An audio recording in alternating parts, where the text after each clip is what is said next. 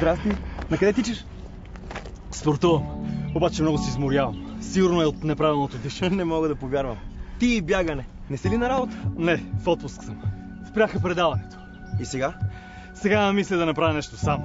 И мисля концепция. Докато тичаш.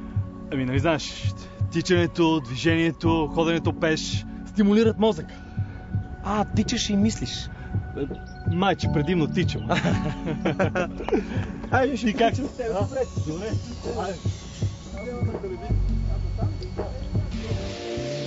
Освен лица, животни, предмети и места, съществителните имена назовават и различни действия. Дишане, бягане, движение, ходене. А ти на къде си тръгнал? На разходка.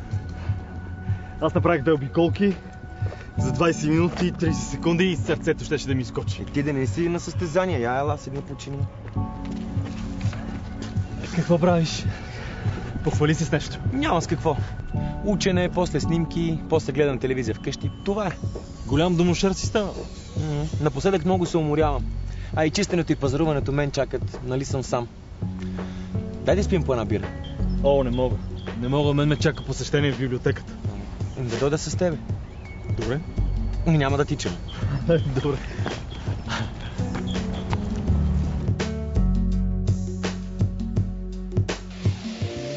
Съществителните имена могат да назовават действията в тяхното извършване. Учене, гледане, чистене, пазаруване. Съществителните имена назовават действията и в тяхното провеждане. Разходка, обиколка, състезание, посещение. Да отидем с колата. Не ми се завира в този трафик и тая блъсканица. Да ходим пеша. Какво стана с новата концепция? Не знам. Чудех се, мислех участниците да са разделени на 2 отбора, да има някакъв спор между тях, да бъде игра. Обаче се отказах. Голяма караница може да стане. И сега? Сега не знам.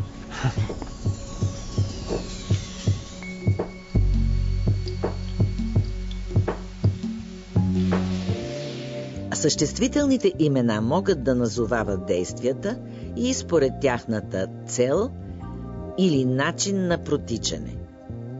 Игра, спор, блъсканица, караница. Добре, а ти какви предавания харесваш? Аз ли? Аз гледам филми. Но скоро попаднах на едно предаване за търсачи на силни усещания. И показваха един, който беше покорил не знам колко планини.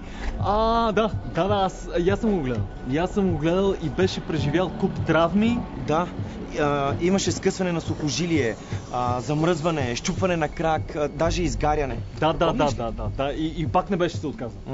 Да, обаче такова предаване сигурно струва адски много пари. Как да го покажеш този човек в действие? Да. По планини? Ако се намерят добри спонсори... Да.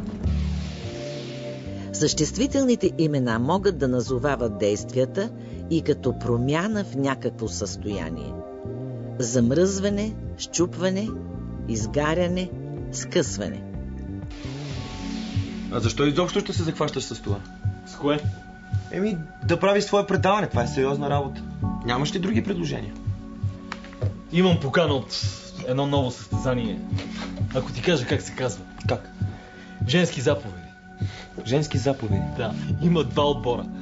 Мъжки и женски. Обаче повече не мога да ти кажа. Не мога повече, защото не е коректно. Добре, защо не приемеш? Най-много мразя заповеди и команди, особено женски. Пък кой знае какво ще. Някои съществителни имена назовават действия, с които се влияе върху волята на събеседника.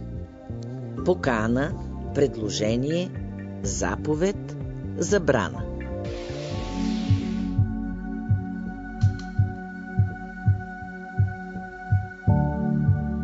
Какво четеш?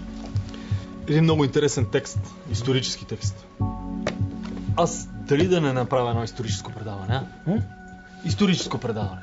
Битки, сражения, войни, въстания. На хората ще им е интересно.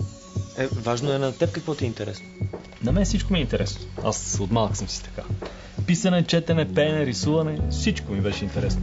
Обаче имах един проблем и сега го имам. Такъв? Много бързо се паля и много бързо се отказвам. Обърнете внимание. Съществителните имена, които назовават действия, могат да означават исторически събития. Битка, война, сражение, въстание. Названията на някои учебни предмети по произход са съществителни имена за действия. Писане, четене, пеене, рисуване. И аз съм така. Все не знам какво искам. Като малък исках да ставам разузнавач. Ти разузнавач? Стига. Нали ти викаме Дарин тайната? Ти като научиш нещо и целият свят го разбира. Добре де, но тогава много исках. Исках да съм в разузнаването. Или поне във военното командване. Това е шантава работа. Детски истории. Аз като малък пък исках да стана лекар. Лекар, представяш ли си? Аз и здравеопазване. Не си го представям. А пък след гимназията исках да се занимавам с екология. Бях чел някакъв труд на тая тема и даже писах до ръководството. До кое е ръководство? На министерството. Аха. Да, нали знаеш, молби, заявления, уверения. Какво? Какво да ти приличам на еколог? Съществителните имена могат да означават специализирани области, институции или групи от хора според осъществяваната от тях дейност. Разузнаване, командване, здравеопазване, ръководство. Обърнете внимание, някои съществителни имена за действия могат да имат и предметно значение. Труд, молба, заявление, уверение. Да. Добре, много благодаря. Да, радвам се, че се обадих. До чуване. Лично шефката на женски заповеди на предаването ми се обади. Иска да почна да снимам. Май ще се окажа прав, жените умеят да убеждават. Май! Женски заповеди. Може да излезе нещо добро? Не знам.